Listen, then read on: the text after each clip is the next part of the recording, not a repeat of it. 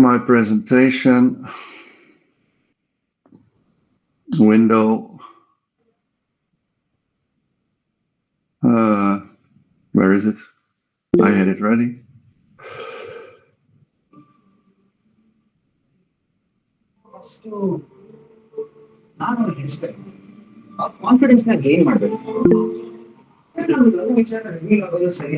Okay, so for you, good evening. So my name is Floris Robert Slob, and today I'm going to ask you a question, and I will try to help you answering while going through this presentation. And it has everything to do with embracing nature's wisdom inside organizations. So first of all, welcome, and thank you so much for joining me. So at least I'm not not speaking to the wall in any kind. So the question of the day that I would like to pose you. So that is in short really the agenda, but these are really the core topic. The question of the day, what we're going to do now. And then one of the other sub-questions is who are we? And we're going to work towards a sustainable internal organization. So the core question of this keynote is, if nature designed an organization, how would it look like? And I don't need answers from you right now because I understood that I have to speak 30 minutes first, and then we can still go through some questions if I'm able to hear you. So this is the core question for the session.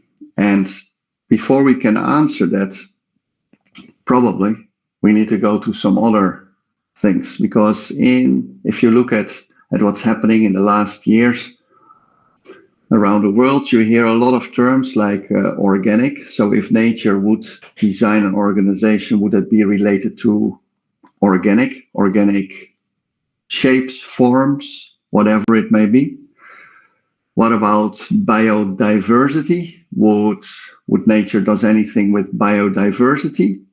Or going even more deeper than that, permaculture. I don't know if you have heard about permaculture, but it's the human manipulation of nature by human beings, where all actors in the ecosystem are thriving, so everybody wins basically. Or would it be one of its brothers, biomimicry? I don't know if you heard about biomimicry, but biomimicry and permaculture are coming from the same base, basically. So one is more focused only at the ecosystems, and let's see how we all can thrive within that ecosystem.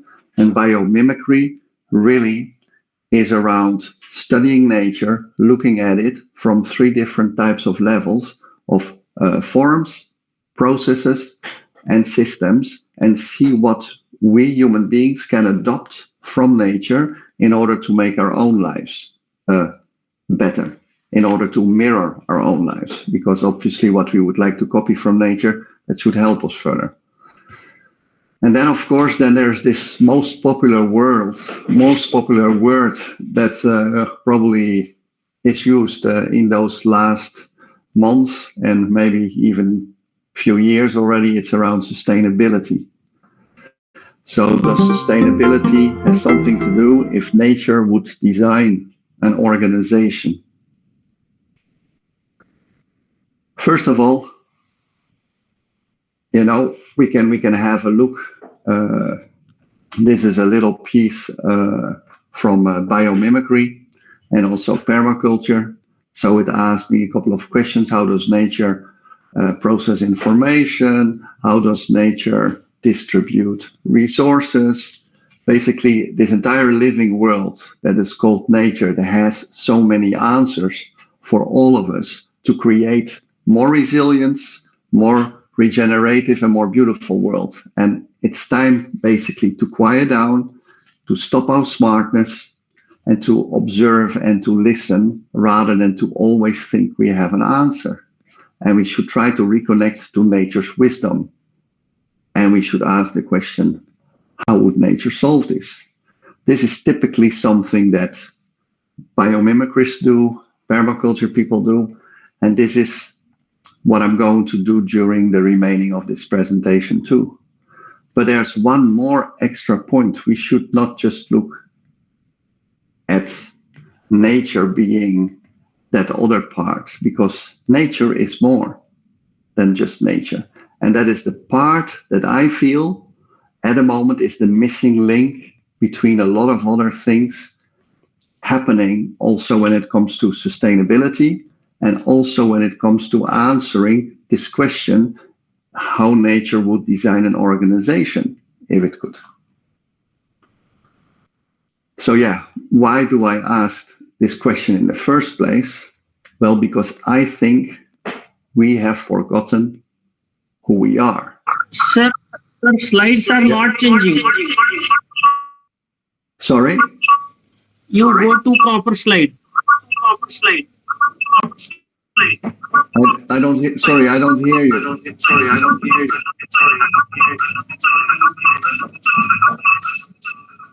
And it's a lot of There is a echoing here. disturbance when Dr. Becker is talking. So what do you want me to do? You are on the same first slide. Please use proper slides. But I'm moving. So do you see another slide now? You are on the first slide. I'm just on the first slide. Yes, Okay. yes, you are So- on the first slide now. So didn't see this slide? Did you see this slide or not? Yes, yes, Hello? yes. Yes, sir. Yes, sir. Yes, sir. Do you see this slide now? Yes, sir. So shall we continue like this then? But then- Yes, Yes, yes. sir. Yes, sir. Or shall we try to continue how I did? Because otherwise my slides are not going to look so good either. Do from first slide, no problem. So let's try.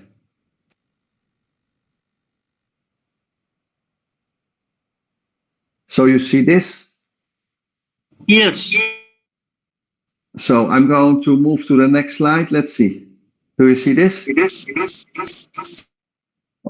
I changed Yes. slides. Did anybody see me change slides? Yes. We So now have continue. forgotten We who have we are. forgotten who we are. Oh, really? Now that's not where I am. Oh la la. Why is this not working?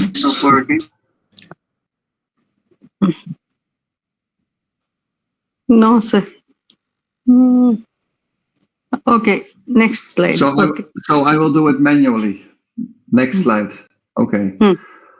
So one of the questions that I said that we have forgotten basically who we are, and that is one of the most important aspects why I believe that organizations at the moment are functioning how they're functioning. Why I ask the question, if nature designs an organization, how would it look like? Because I think we have forgotten who we are. And in order to find back who we are, I wanted to just look at two aspects first that I find very important. One is our individual lives, how you and I have grown up in our own lives, and also what else happened in the world. And from that perspective, I already apologize up front. I was grown up in the western part of the world, so it's maybe more related to this part of the world, maybe a little bit less to India. Maybe India came later, but for sure you will recognize it. At least I hope so. So when we look at our individual lives, I mean, we always have in our culture where I'm coming from,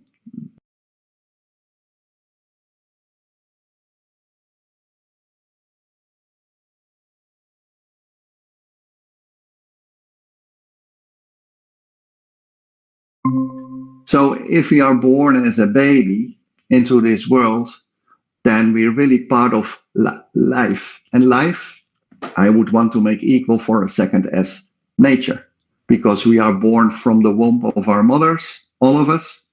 So we are coming to the world in nature. But the moment we start to grow up, we start to lose that traction of nature very quickly, because already as a baby, when we want to start crawling and walking, and when we start to fall down, we have our father or our mother next to us and saying, hey, be careful for this. No, you cannot do this. And they start to build already literally limitations about where we can go and how we can go forward. And then when we grow up further into our teenage years, and also into our adulthood, society becomes more and more important, and we learn more and more rules about what we can and cannot do. And we also learn a lot more about work. Here in Western countries, probably around age of 15, 16, we start having little jobs, then we study, then we start to work, we become an adult, and we really have to work. And slowly but surely, we are losing ourselves, and we're fully conditioned by our surroundings and by the rest of society and what it stands for. Because most of the time of our lives, we will spend at work. So what happened to the rest of our lives? And the big challenges I think that we have, I mean, I'm already 53 years old at the moment, so I spent a lot of my time in the gray-blue area. So I have been exposed to all these individuality thoughts, the thoughts of separation. What about consumption and scarcity at the same time? So we cannot all consume the same things or enough, or that there's so much scarcity we feel, right? There's a lot of dependency as well, because we create insurances, but at the same time we create all this competition as well, and we create it in our private lives, but also in our working life. There's a lot of competition. Who gets the promotion? Who will not get the promotion? And then there's so much fear everywhere in society. Are we losing our jobs? Are we being how do you say it, put aside by somebody else? What's happening within the next 5 years? Oh my God, will I get my salary rise? And where is love in all of this? So if I speak of personal experience, by the time that I was 36 years old or so, I really had the feeling I lost something very dear inside me, and it was myself.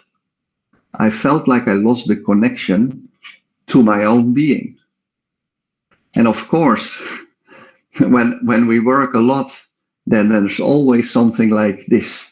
We can go on a holiday if we're lucky. If you have a good job, if you have enough means, we just go on a holiday and we go from the blue part to the green part, where we can be for 1 week, 2 weeks, 3 weeks, into a different environment, thinking about nothing of work. We're just having a good time. And after this period, we feel like we're finding ourselves back. Don't you have that? I do have that.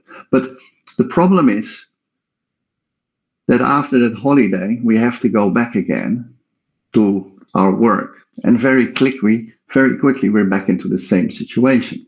So this is not a solution at any way, and this is just more a confirmation that at work we're on a place where there's things happening that doesn't seem to be natural for us.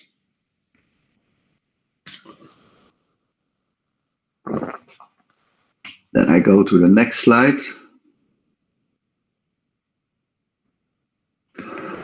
So if I then go to the second aspect that I want to mention, I mean, if you just go back a little bit more in time, then there is the Industrial Revolution after the Second World War for us, where even also my parents, they have shared with me about it, that they have been eating flower bulbs for the first couple of years when they were still children.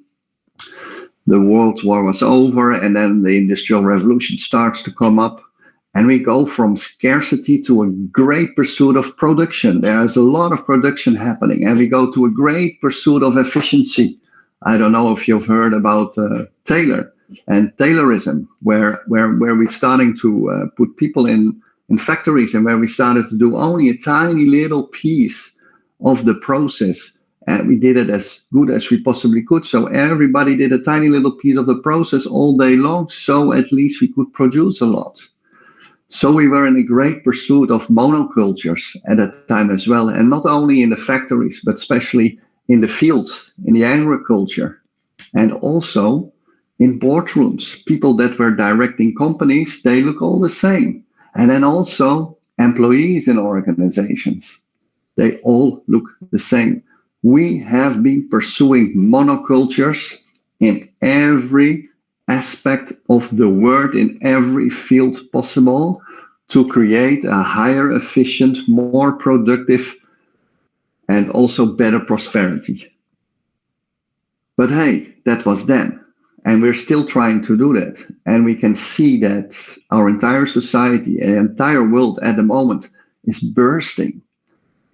Because also then, already, the soil started to come up with some problems. We got to do, thanks to the monocultures, we were experiencing soil exhaustion. And so slowly but surely, there was a shift to biodiversity, to get more respect for the land, for organic growth, and to try to turn the tides. And also this mirror, in the last 10 years or so, or 8 years, we can start to find back in recognizing the prosperity of diversity inside organizations. So you have a lot of organizations that have tried to implement DEI, so that is diversity, equity, and inclusion. But if you really look closely at those organizations, then often you can see that it's more a statistic on the wall than anything else. It didn't really help, did it?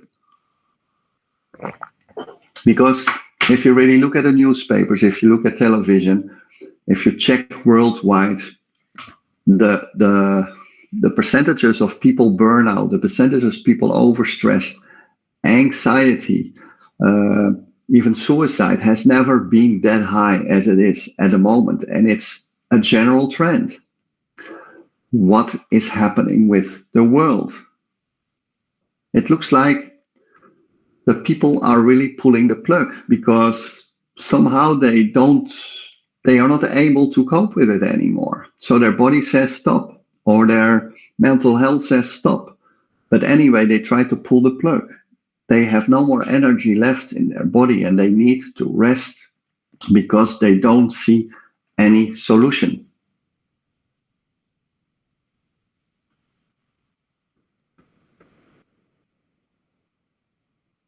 So this is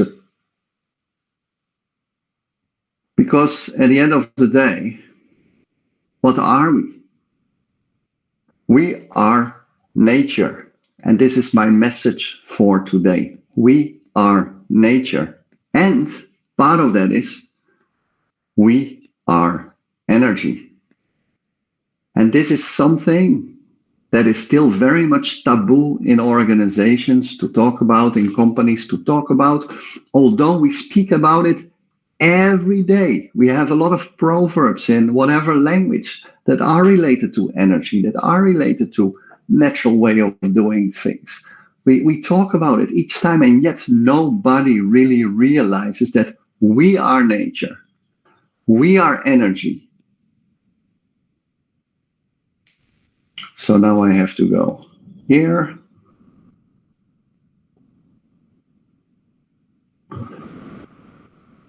So what is this lady thinking? So basically, why do I say we are nature, we are energy? Because even if you don't believe that necessarily, facts are that we are very complex organisms. And if we take all the steps back, we can go and we can start at a level of quarks, which are tiny little moving energy bodies. And those quarks, they become protons. They can become neutrons, electrons, if they are combined. And those protons, they have positive energy. And those neutrons, they have neutral energy. And the electrons, they have negative energy. And they are feeling attracted to the proton and neutron combination. And they create atoms together. And those atoms, they are creating molecules. And from the molecules, we are creating cells. And from the cells, we go to the organisms until we arrive at a human being. So we are energy. We are nature, because every single little particle is inside us. So it's really amazing how we have evolved from quarks all the way to these complex organisms. This is the evolutionary dynamics of the human being. And also, we are very much nature, and we know that because we contain a lot of water in our bodies. And when a baby is born, it consists for 70% out of water. And still adults, when they are grown up, they contain as a total 60% of our water, and the brain of the human being around 80%. And if you really look at any of the fluids, not just the water, but any of the fluids that we have in the human body, then we can see that the composition, its mineral composition, is very similar to that from seawater. So there's a lot of similarities with nature there as well. So when I ask you this, how come that we often feel so great in nature? How often do we feel so great next to the sea? Why? Because we're home. Because it's part of us. It's inside us. And we can ignore that, or we can do something with it. And that is a choice that we have. But the summary here is that human beings are nature. We are cellular organisms, and we are constructed from energy. And why do I emphasize this so much? Because we're going back to the organization now. So if we come back to the organization, so if nature wants to design an organization, how should it look like? We have to make sure that we all agree on what is an organization again. So according to Wikipedia, an organization is an entity, so it's a whole, comprising one or more people, so we need at least one person or more with a particular purpose. So that's an organization. It's an entity of people with one or more people and going after a certain purpose. So if I put it next to each other, I hope you can all see this. This is an organization. Nothing more than that. People with a purpose. So people as an entity. So how can we see an organization then? Again, without people, there is no organization. Without a purpose, there is no organization. So only both of them creates an organization. So what does that mean?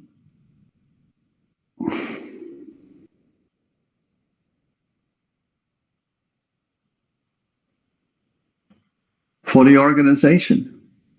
The organization is a collective body of energy. We are a group of people together. So we are energy together. And we are nature together. So no matter what's happening, there's a couple of things that we have to change in our thinking. So from individuality that is happening in every organization, we have to think more of a collective entity, for starters. And if we talk about separation, well, that's just a complete illusion, because even an organization today, how it's created, I know we talk about individuality there, I know we talk about competition there, and there's a lot of separation happening, but separation is simply an illusion. It's not part of our human nature. And we create the organization because we are the people that create an organization. And also when we look at fear, fear damages not just the individual energy of a person, but it also drains the energy of the collective. And then what about love? Love energy brings growth, it brings energy, it doesn't drain, it doesn't burn out, it just gives you more and more. I don't know if you have an example for yourself like this, but sometimes when I'm doing coaching and consulting in an organization and they ask me to come to a certain room, and this room was just inhabited by like 20 or 30 people, and they had this huge discussion about a certain topic, and they already left, but when you enter the room, you simply still feel that energy hanging around. It's very heavy. It's very unhealthy actually to be in.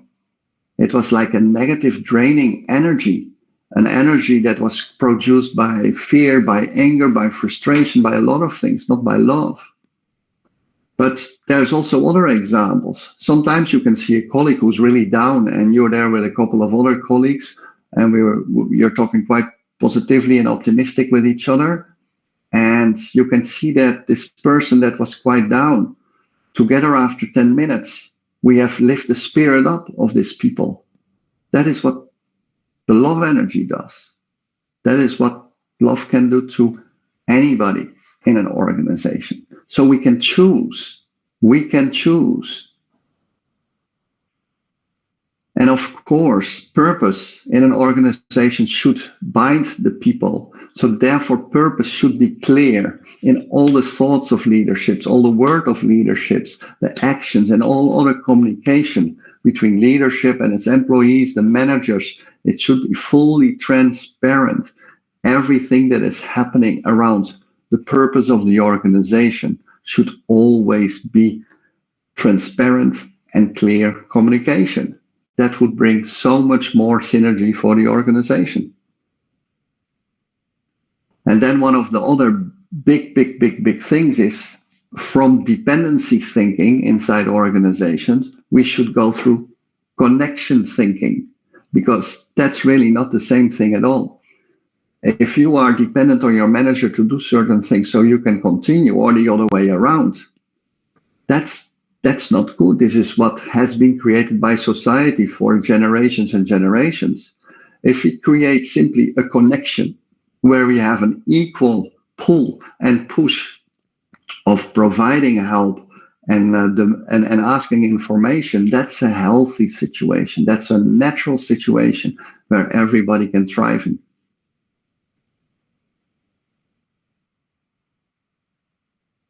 So this basically is a necessary mindset, I think. It's a big paradigm shift to make organization more purposeful and thriving. Because as long as we don't really realize this, that we are nature, that we are energies, and inside organization, well, inside the world, it's not just organizations. I just talk about the organization to keep it small and more comprehensible. But inside organizations, we have to realize that no matter how we show up, this is what affects us for all individual parts of the collective body. And together we create that collective energy towards the outside environment and inside the organization as well, obviously.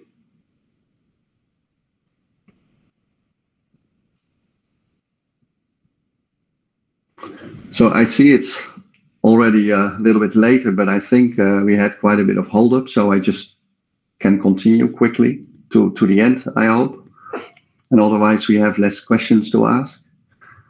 So if we look at nature, leaders would have the same traits as trees, because trees are, for a lot of cultures in this world, not just magnificent creatures, but trees are very important in all the stories. They are fathers, they are protectors, they're all kinds of things. But why is it? Because trees are resilient, they are authentic, they are empathic, they create and maintain a health and safe and trustworthy environment for other species. They are transparent in everything what they do. They guide and support other species with their being, with their wisdom and experience. They empower to collaborate. They co-create. Even when they give you some wood for a wood fire, it's co-creation. They promote communication through their roots, through all kinds of networks under it in the soil. Without creating this real sustainable internal organizations where leaders and employees are aware of their true roots, which is nature, it remains to be seen if organizations will ever get their heads around true sustainability. We can follow up on sustainability, we can try to help, but as long as our mindset is still our traditional mindset of earning money, on doing all kinds of things, maximizing profit, minimizing cost, going for efficiency, an organization will fail to become really sustainable. We have to dare to go further with our mindset shift. And this was just an extra photo. This is a tree here in the area where I live in Switzerland. It was just an example how you can look at a tree very quickly and see all these beautiful functions that it can contain. Provides oxygen, not an important one for us. Growth, warmth, cooling, provides medicine, fruits, nuts, so it's food, conserves water, provides food. It improves air quality, it's climate control. It has a huge communication network. It preserves the soil with the roots. It has sun protection, it's shelter for man, animals. It has so many functions. If you look at nature and at a tree like this, it has a lot of functionalities of the leadership, the one that I just mentioned to you.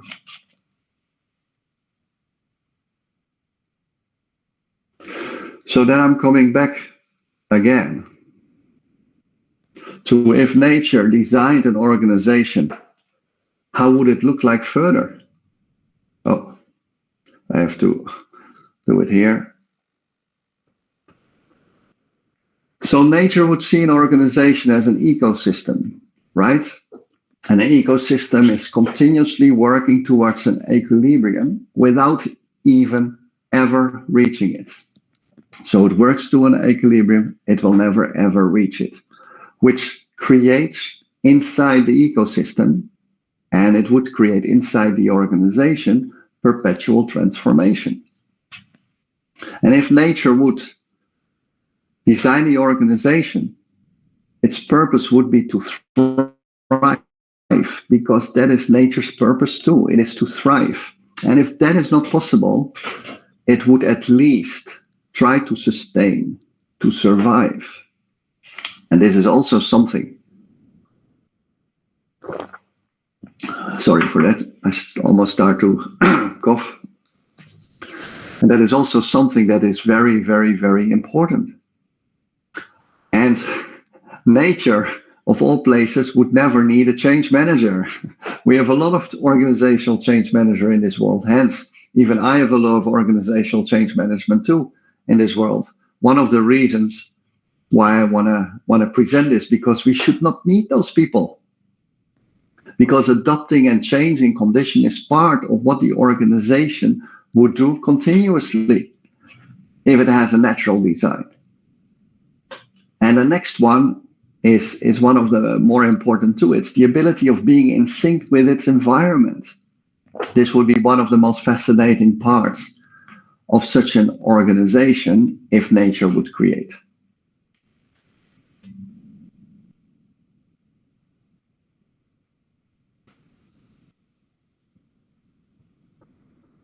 And then last but not least, so from an ecology perspective, there's 3 domains that are very vital in our natural design of the organization, and each domain has an internal and external aspect of it. So it's the context itself, it's monitoring of your business environment. Basically, it's really, really, really crucial, because if you look at trees know exactly when to shed their leaves, because they get the signals from their external environment and they start to do it right away. And in nature, this is called feedback loops.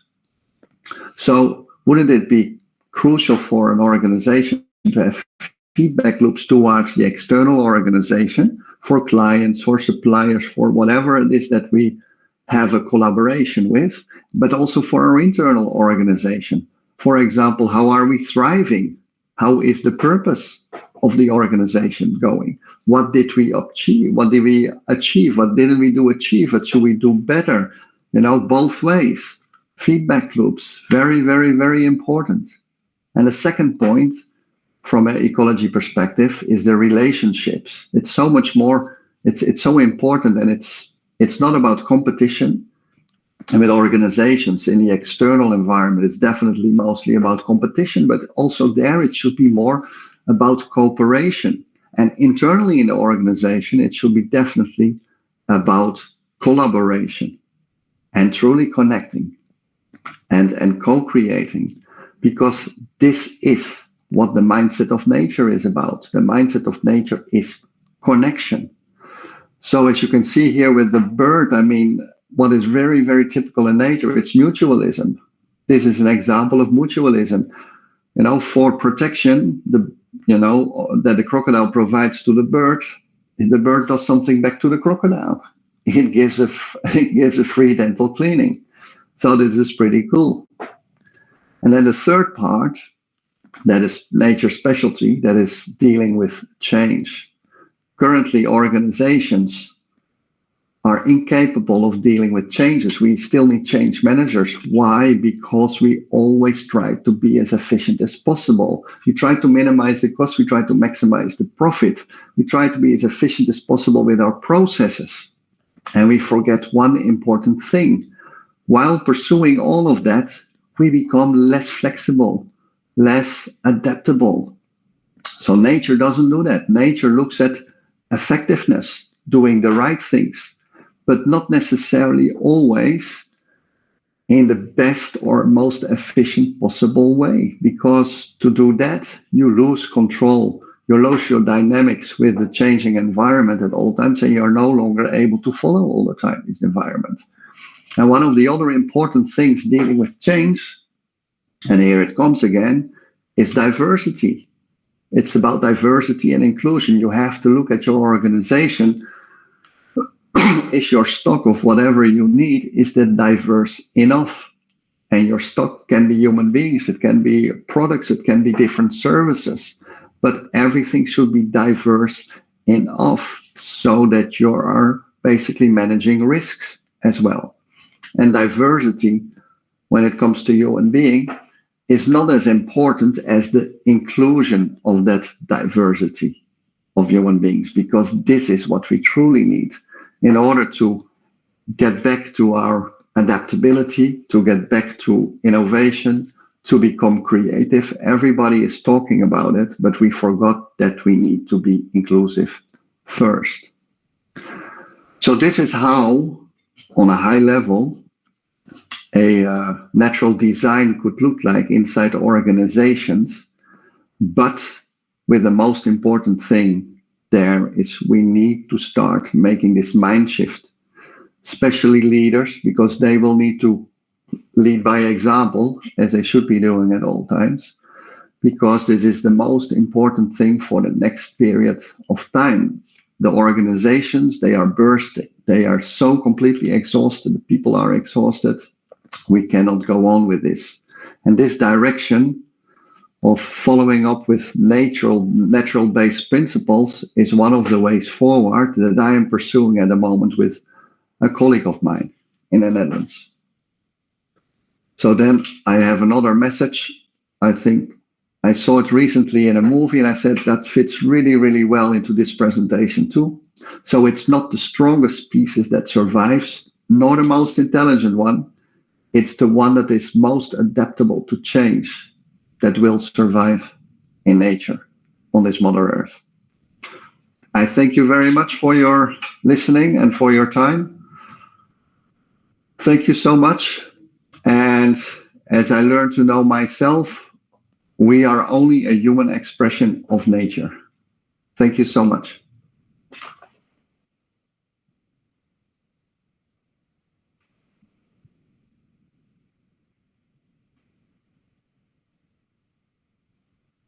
Hello.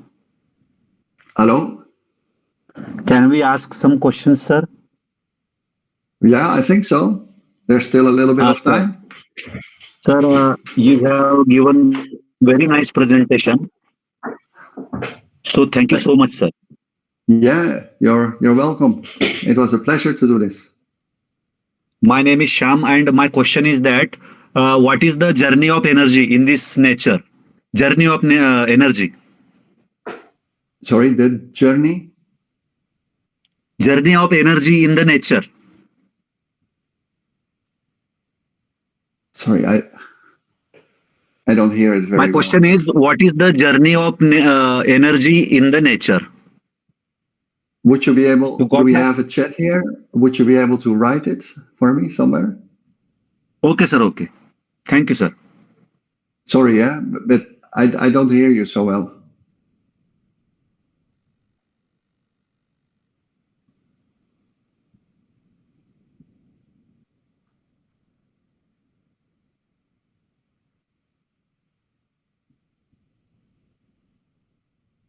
So if you want, just I have the messages. The journey of energy.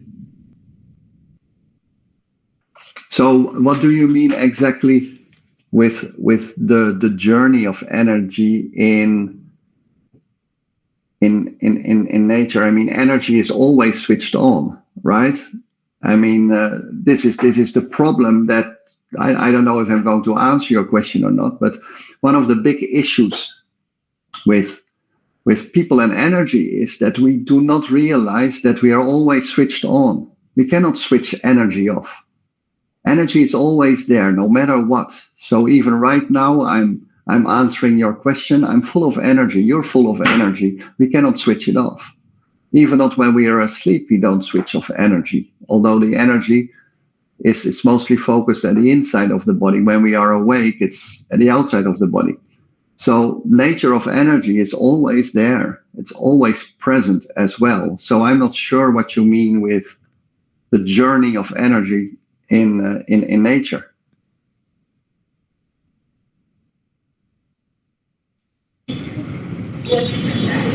Hello. Am I audible?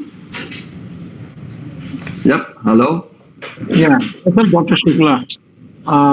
My question is, when we are so organized and the human minds, try to do a kind of intrusion in the ecology, and they are doing so much of disturbance, and no doubt the kind nature try to adapt itself. But there must be some threshold that where this bond, this kind of balance will be getting lost. So what do you think about this? And a very important thing is, yes, definitely what you have placed today presentation is very great, because the organization you'll find in ecology and environment, from the human cell to the cosmos and the universe, you will find there is organization. Every day, day night, the sun rises and sunset happens. So everything is very well organized. In fact, the human beings are a little indisciplined, I think, to some extent.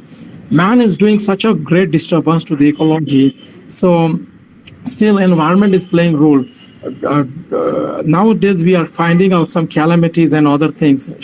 Can we consider it as a loss of balance and loss of harmony? What that organization was having? That is my question. Thank you. Well, I'm trying to say also partially in this presentation. I mean, we are completely out of balance because we are not accepting who we are.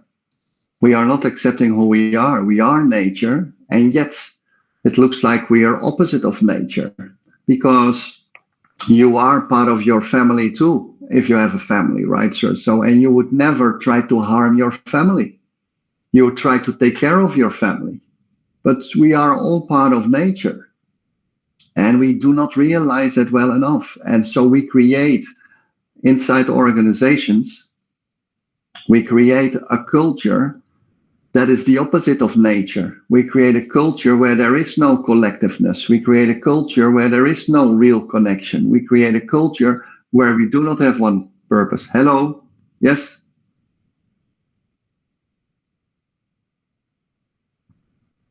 It's working. Finally, yeah. It's working. Yeah, very good. So that's probably the big reason why we have so many imbalances. I mean, burns out and stress is coming from there. We cannot cope with the situation at work because it's no longer a natural situation. And organizations can no longer, leaders can no longer cope with the issues because they are coming from a traditional mindset that has worked all their lives. But the world has changed and they have to wake up. And what usually happens is there has to be a revolution somewhere, whether it's in a country or in a mindset or in an organization. Something needs to happen, which is like a big bomb to wake up. It has to be a wake-up call. And a lot of organizations will not wake up, and a lot of organizations will go bankrupt. Why? Because they keep focusing on what they have learned to do in their lives. First, me. I'm important. I need to get to my pension. I need to get to my promotion. I need to get to my next bonus. At the cost of who? At the cost of my employees. But what they forget is this. They are harming not just other people, they're harming themselves because we are all part of the same collective. So the less we all start to think like that, the more we will have a positive effect. And that is, as you say correctly, in your individual surrounding, in your family, in your organization, in your country, in your part of the world, and further on all the way into the universe. But we really have to believe that. And that is the problem that we have. We still do not believe, although the world has become so sick of focusing on that work. And we're so limited with our vision just to be able to see that work. Because we go through divorces for our work. We lose our children because of work. We lose so many things because of this bloody work. Work should not be there. We should live. And a part of that life should be work. And life and work should never ever be separated because we just have one life. And we better live that now. So no matter what it is, what we feel good when we go on a holiday for 2 weeks, that feeling we should also have when we're working at work in an organization. That's the same feeling. And that's it. Thank you, sir. Thanks a lot. The message what I will take, is a Darwin's law. What you said is, the survival of fittest is not a rule now. And even the intelligence doesn't work. But I think, the adaptability and the flexibility is really a matter, that one should take care Absolutely. of. Thank you. Absolutely. Thank you. Yep. You're welcome.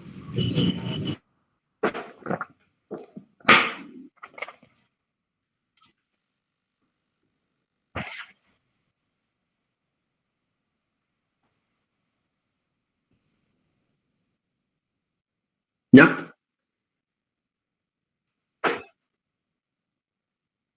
Yep.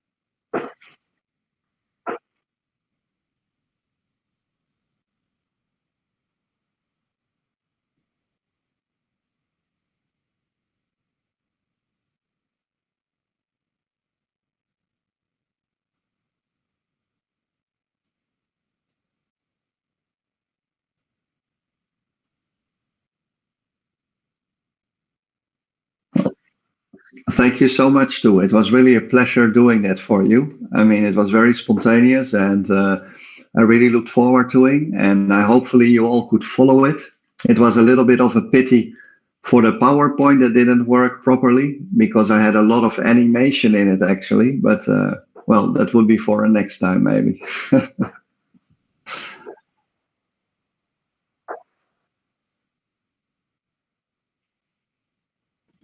Okay.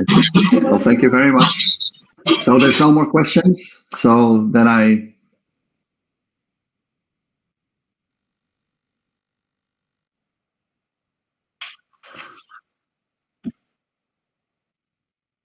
great. All right. Bye bye. Thank you all. Thanks for your time. Bye bye. Much appreciated.